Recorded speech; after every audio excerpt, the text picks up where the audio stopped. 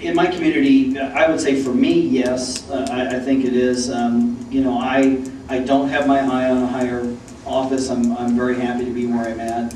In addition to the name recognition and the resume, if you will, of being in office, I guess that does set you up to run for a higher office, but just as important is an in-depth working knowledge of all the components of government that directly affect people.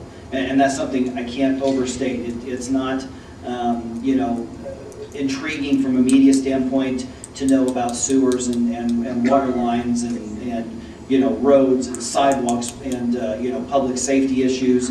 But these are the things that actually affect people, and now I have the ability to not just learn about it, but to help it become the most efficient and the best that it can be, you know, at the lowest cost to taxpayers possible. So, you know, yeah, it does, but to me the important thing is learning how to have an impact where I'm at right now.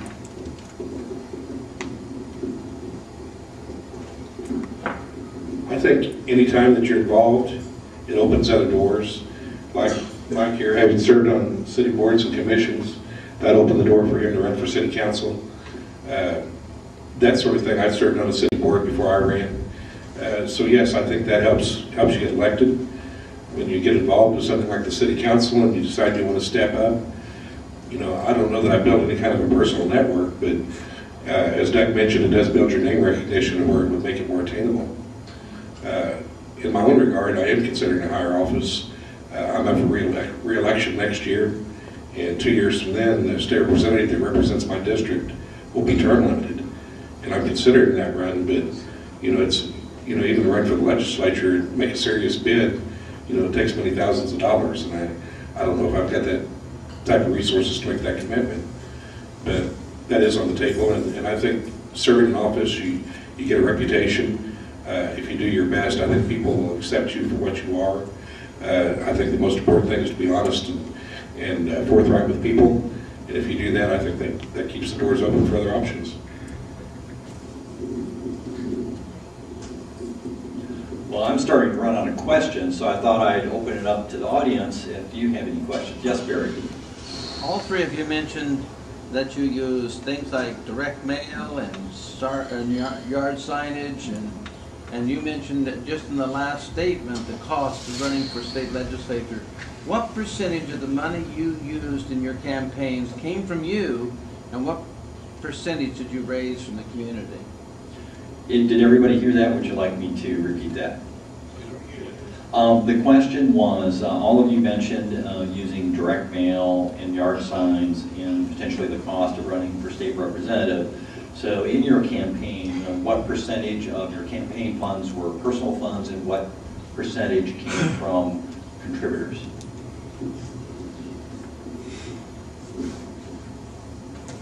I'm probably the worst example of fundraising within a political party, but most of the funds that were used came out of my pocket. We had just a few donations other than what I provided, but 95% of the funds that I've used, and with all of my campaigns put together, you know, let's say over the years, $2,500 has been spent. Most of that out of my wallet, and we've concentrated on low-cost ways of getting the word out there.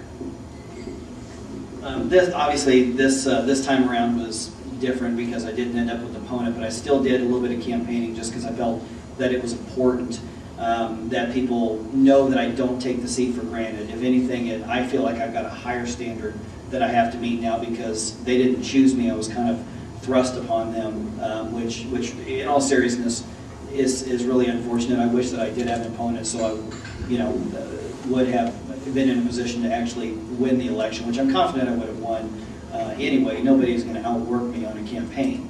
But 2 years ago, when I won the election for the water district in a two-way race, I would say it was probably about, I think about, if I remember right, 30–35% came from you know, folks in this room, or some of the folks in our party who aren't here today. There was also probably, I'd say probably another close to a third that was directly out of my pocket. Then there was another third that was from local supporters there in the Grandview, Kansas City area. Yeah, and the strategy that I've taken, which is a lot of data-driven strategy, which is identifying who is most likely to vote in an April election, and then targeting those voters specifically. The majority of my cost, I wouldn't say the majority, but a significant portion of my cost has been postage.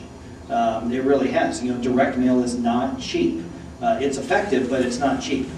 So a great deal of postage, and some of y'all remember when I would put out the pleas for fundraising, you know, one of the things I said, if you don't want to send me money, send me a roll of stamps.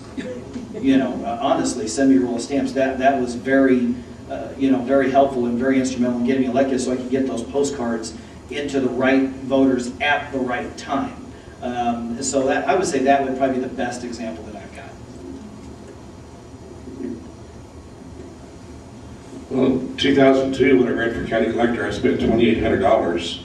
I had one contribution, that was from Libertarian Chip Taylor from Cape Girardeau. When I ran for city council in 2006, I spent $2,300 and some dollars.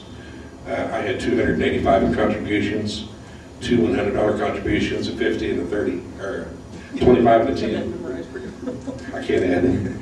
Those were all local contributions, but I didn't use direct mail in my race. I used a lot of yard signs. A lot of it depends on your community. Most communities aren't like St. Joseph, but we're a yard sign town, and so that was a strategy that I used.